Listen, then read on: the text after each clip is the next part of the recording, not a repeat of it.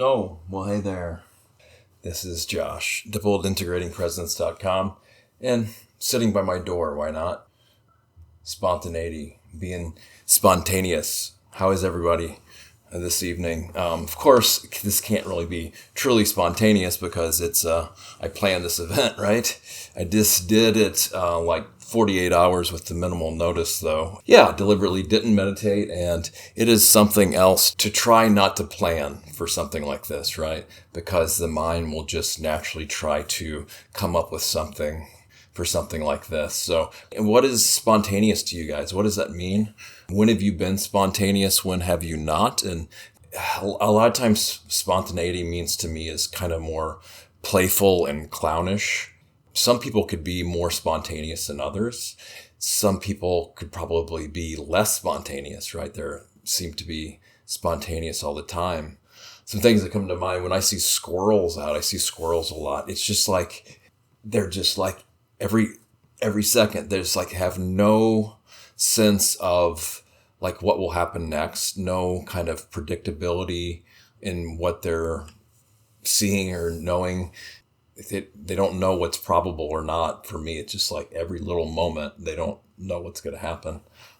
Things are seemingly fun when they can be spontaneous. Other times it can catch people off guard, right? Like, oh, I didn't really expect that. It can really bring our expectations into balance. What's the importance of that anyway? What's the importance of spontaneity? I don't think there's really much overarching reason that I can come up with. It seems like in certain instances it's more called for than others. Squirrels do know how to put away food in the winter, Marianne says. Yes, they do. And they're prepared. I always wondered about too, do they remember where they put the nuts all the time? Or maybe they just forget and then a tree might grow, or maybe they're deliberately planting seeds or something for trees to grow instead of just storing them for the wintertime food. I'm not sure. If I could only talk to squirrels, well, I talk to squirrels sometimes, but I don't know if I'm getting the right answers back, right? Who knows? I mean, the intelligence of nature, why do we do things that we do as well? Yeah, it's wild, huh? Another thing I that thought about before with spontaneity is just being willing and able to just go up and be a train wreck, just sit in front of or just do something that you wouldn't normally do out of the comfort zone and not really be bothered by how people perceive us or what their response will be or not to be. It doesn't mean that the other end of this is to be like not respectful to ourselves or others or not caring, about anything. And then also in certain situations, it's welcomed. In certain situations, maybe it's not. So does anyone have anything to share about be spontaneous and share in the chat, right? I'm just going to sit here and be awkward for a second until I can figure out something else to say around spontaneity, which really isn't that spontaneous because I'm actually addressing the topic, right? Out of the ordinary, perhaps. I'm going to look up the definition here, and we all kind of know what it is. It's interesting how Spin Sanity shows up for Six Flags. I guess it's a ride in Six Flags. Oh, I obviously misspelled that. So these happy accidents can happen as well, where things we're not expecting either. David Lynch, I don't know if I've mentioned this before, he mentioned that he used to take these extreme close-ups of images and people really didn't know what it was because it looked really abstract. And once he told them they thought they were beautiful. Once he told them what it was, so the perception changed because he told them, well, that's a close-up of, blood or pus or something really what we would normally think of as disgusting. Spontaneous human combustion came up. That's an interesting, always makes for a good movie scene.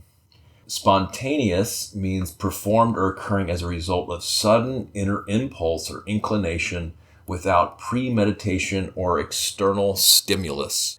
One thing that comes to mind with this is Zen Masters, right? You hear this classic thing in Zen where people do something out of the ordinary to disrupt habitual patterns and it kind of give like an awakening.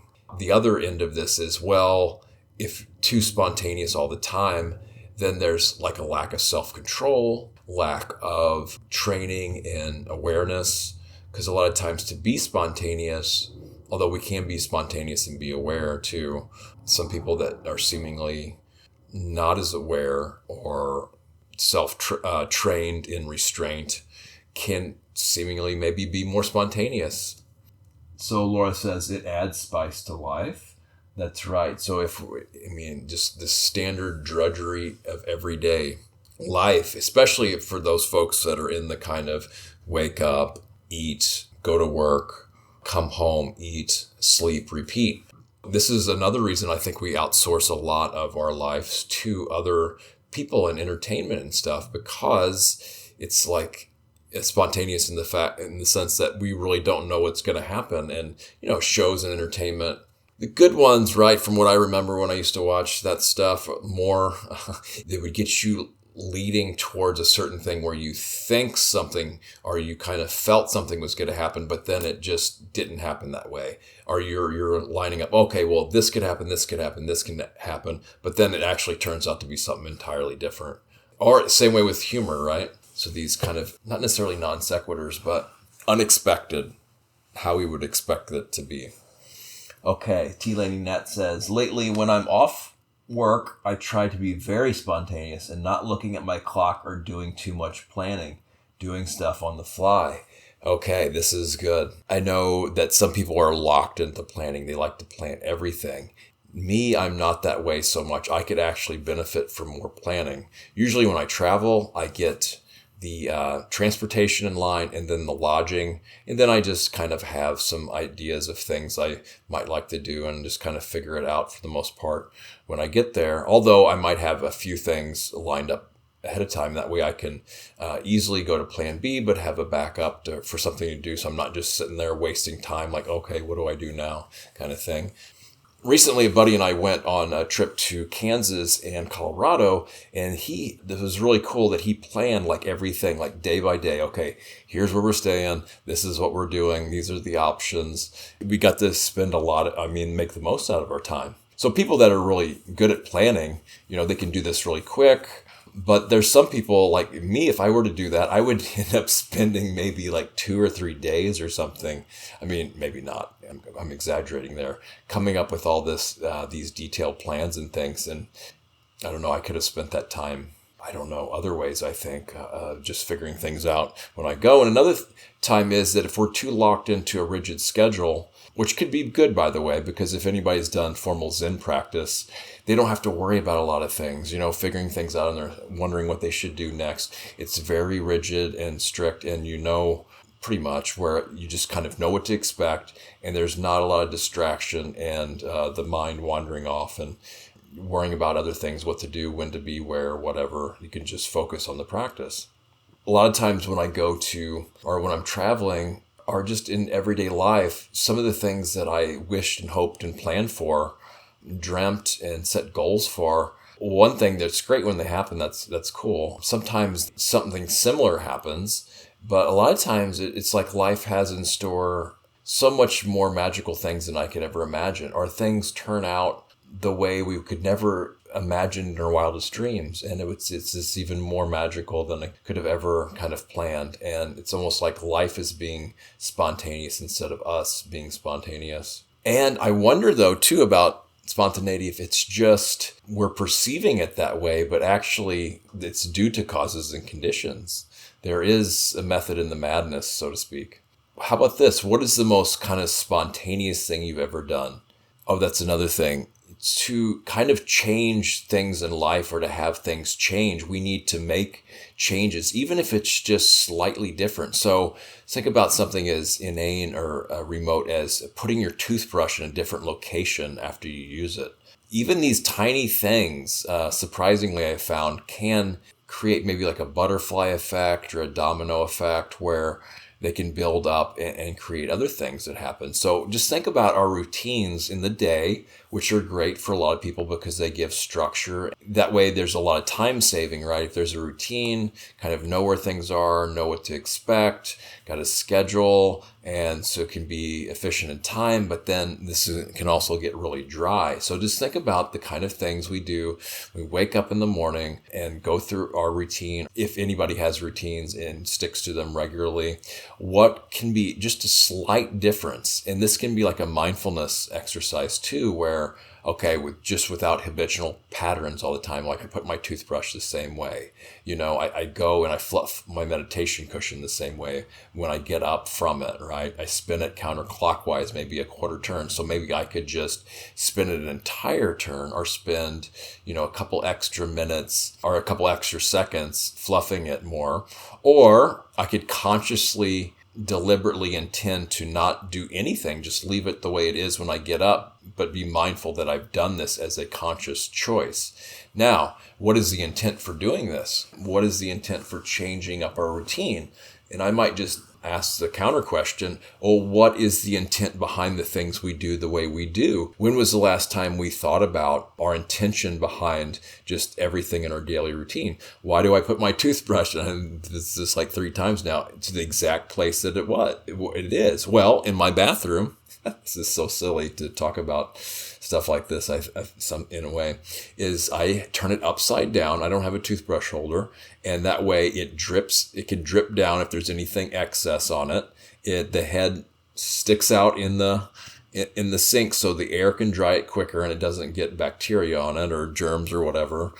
So there's the intent behind that, but I'm not really conscious of that. Maybe even when the first time I moved in my place, I thought about that, and ever since it's never changed. What does that do when we're repeating the same thing over and over and over again? What kind of effects does that have? Well, I think it could be, like I said earlier, stability and predictability. But what if I were to change that slightly? What if I were to change 2 or 3 things in my routine? What would that do? Would it have an effect in the mind and, have a certain outcome? So actions have results, right? But then again, where's the intention derived from for this? And does that matter? I would say, yes, it does matter. But in this case, the intention would just be, I want to do something different. It's not much more conscious than that in this case, I would say. Now, you can maybe put the intention behind, I want to make changes in my life. I want something different in my life. And I'm going to start with this really simple choice of doing something different in my everyday life. I'll have to do this myself again, because from what I remember, other things in life did change just because I did something as simple as this that I'm talking about now. But it would be a lot better story or thing to say if I could remember kind of the exact timing. And I'm not saying one deliberately caused, but it was just an interesting, I guess, I don't know, either synchronicity or coincidence or occurrence, however you want to say it. So I guess that's kind of spontaneous. I don't know. Geraldine, if I'm saying that right, changing small things in the routine is good for neuroplasticity and brain health. Absolutely. Just think about how those, if I'm getting this right, the neural networks, they have the groove, right? They fire together, they wire together, and they fire together, they wire together, and it's just the same grooves, or maybe those turn into like ruts for doing the same thing over and over again. So this is why they often say for older people to do like puzzles and quizzes and things new that exercise their brain. They're doing something new in their day that they've never done before in a way. Or you can have like a container where like a Sudoku puzzle. Am I saying that right? Where things change, and it's in a way it's kind of the same. So there's a familiarity, but in another way there's variation and things like this. Learning is obviously a new thing. Back in the day, there was this thing on the internet called Stumble Upon. I don't know if it's still around or not, but this was the coolest thing.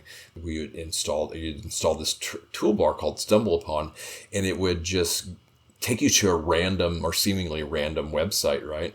And then I guess you could actually add whatever website you would come across to this Stumble Upon. There's this little button, and you can just click it. You just go to this random page on the internet, click it again, another one. And it's interesting kind of what showed up. I don't know what happened to that, but Yeah, brushing your teeth with the other hand. That's really interesting, right? Doing things with their other hands. Unless you're ambidextrous, then you're probably doing that already. Or writing. Oh, yeah, that's interesting. There was this drawing technique in high school, way a long time ago, where in art class where we had to do something blindfolded. We had to kind of, or no, not necessarily blindfolded. It's like you look at a drawing and then you could not look at where you're drawing. You could only look at what the copy was. And then you just had to keep going until you're completely done. You know, you had to kind of force yourself to make mistakes and not look and have feedback. And then at the very end, you could look and see what it was like when you're finished. And so that forces kind of a change or spontaneity without our habitual way of doing things. Now, some people I would think are the opposite, where they're like have no structure, no really stability or constants in their lives. Like everything is, if it's not in a state of chaos, then they're just completely distracted or just don't really know what's going next. I don't think this is extreme for a lot of people, but it's just like, I don't know, maybe this spontaneity wouldn't be as good of thing for them. I don't know. But then again, maybe we can learn a lot from those folks, that for those of us who like to plan and structure and things like this. Okay, I guess the question, what is spontaneous, or when was the last time you've been spontaneous or witnessed a spontaneous act? And I can't even think of anything off the top of my head other than what I've done. May you all find loveliness and all the best spontaneity in your life for all the best reasons.